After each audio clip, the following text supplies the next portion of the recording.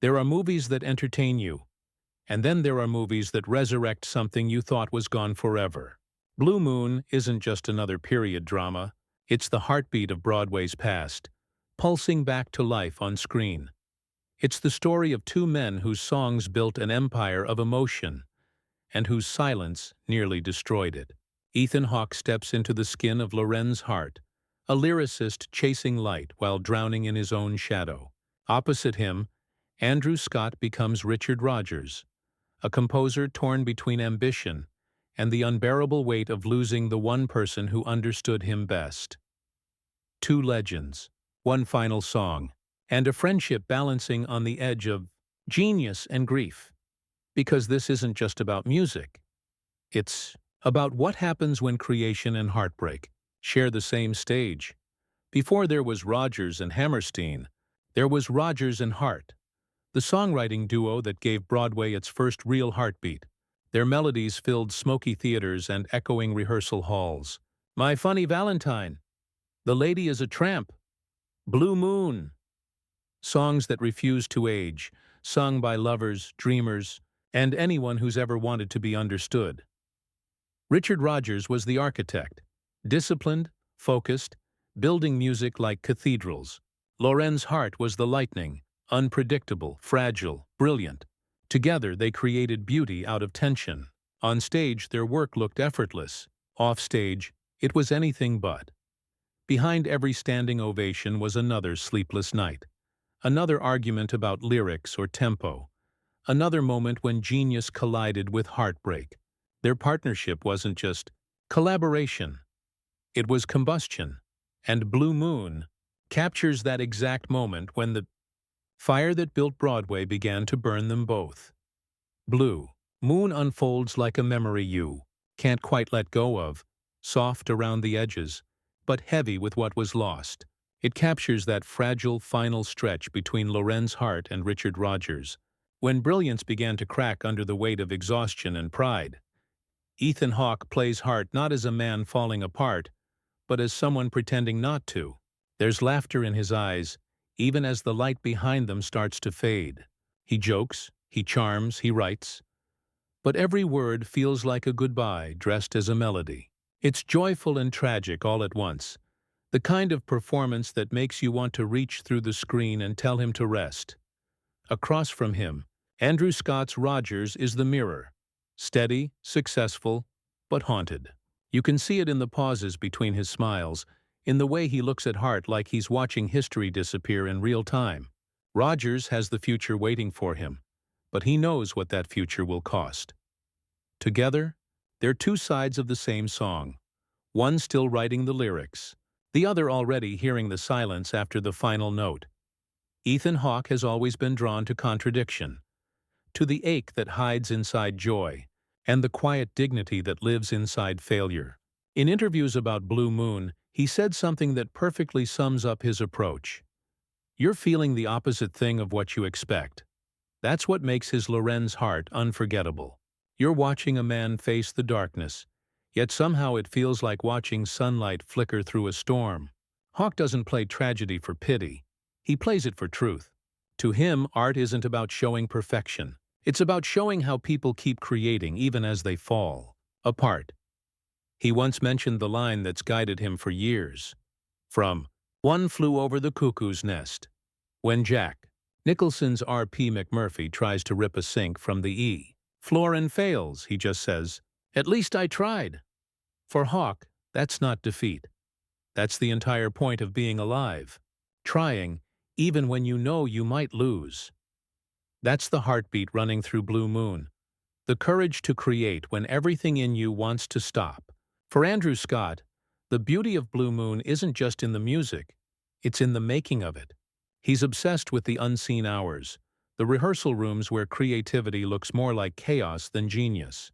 He once said he'd love to sit between Rodgers and Hart, not to watch them perform, but to see them rehearse, to catch those moments when a wrong note turns into a masterpiece. In his mind, you can almost hear it. Rodgers tapping his pencil in frustration, Hart pacing with a cigarette, the two of them arguing, laughing, and stumbling into brilliance by accident. That's what fascinates Scott, the messy humanity behind the polished performance. He even shared a story about meeting Stephen Sondheim at an opening night years ago. Sondheim, the giant of musical theater, wasn't asking about fame or success. He was obsessed with process. "How do you rehearse?" he asked. "What happens when the scene looks improvised but isn't? How do you find it?" That curiosity, that relentless search for truth in creation, is exactly what Scott brings to Rodgers. He plays him not as a legend, but as a man still learning, still questioning, still getting on his own nerves in pursuit of something perfect. And that's where the magic lives. In the arguments, the smoke breaks, and the music that almost didn't happen. What makes Blue Moon feel so alive is that it doesn't try to be perfect. It celebrates the mess that art is born from.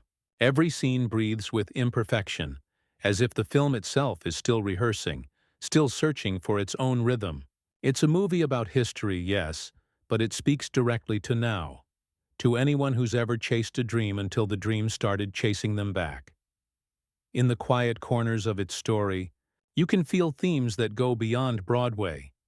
Ambition that burns too hot, friendships strained by pressure, and the slow erosion of joy when success becomes expectation.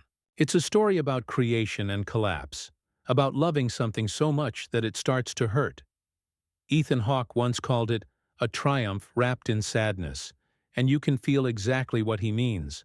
His Rodgers is the only one who truly understands what's being lost, even as the world celebrates what's being gained. That pervasive sadness, as he put it, lingers long after the music fades, a reminder that behind every masterpiece lies a sacrifice nobody applauds. And maybe that's why Blue Moon feels timeless, because it captures the cost of creation and the quiet courage it takes to keep creating anyway. Ethan Hawke keeps coming back to one simple line: "At least I tried." It's more than a quote to him, it's a philosophy, a compass pointing toward the heart of every story he tells. In Blue Moon, that message hums beneath every lyric, every glance, every unfinished song.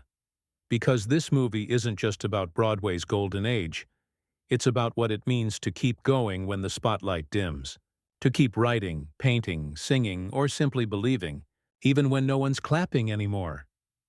Hawke has always been fascinated by characters who fall and get back up, who fail publicly but keep their dignity privately. To him, that's where art lives, not in perfection, but in persistence. Blue Moon becomes a love letter to anyone who's ever risked failure for something beautiful. To everyone who's ever whispered, "Maybe it won't work, but I'll try anyway." That's the heartbeat of the film. The art of trying, not for applause, but for the quiet miracle of creating something that matters. In the end, Blue Moon reminds us that stories don't really end. They just change hands. Rodgers and Hart may be long gone, but their music still hums through new voices, new hearts, new stages. Their rhythm has outlived their rivalry, their friendship, even their own understanding of what they created. That's the quiet miracle of art. It never truly stops. It only evolves. Every frame of this film feels like a whisper from the past, reminding us that beauty survives its makers, that even when genius collapses, its echo finds someone new to carry it forward. Because every note we play, every line we write becomes someone else's beginning. So, if you've ever tried, really tried, to make something meaningful, this one's for you. Tell us in the comments what inspires you to keep creating, even when the world goes silent. And if stories like this move you, don't forget to subscribe. Because sometimes, the next note in a song begins with just one more listener.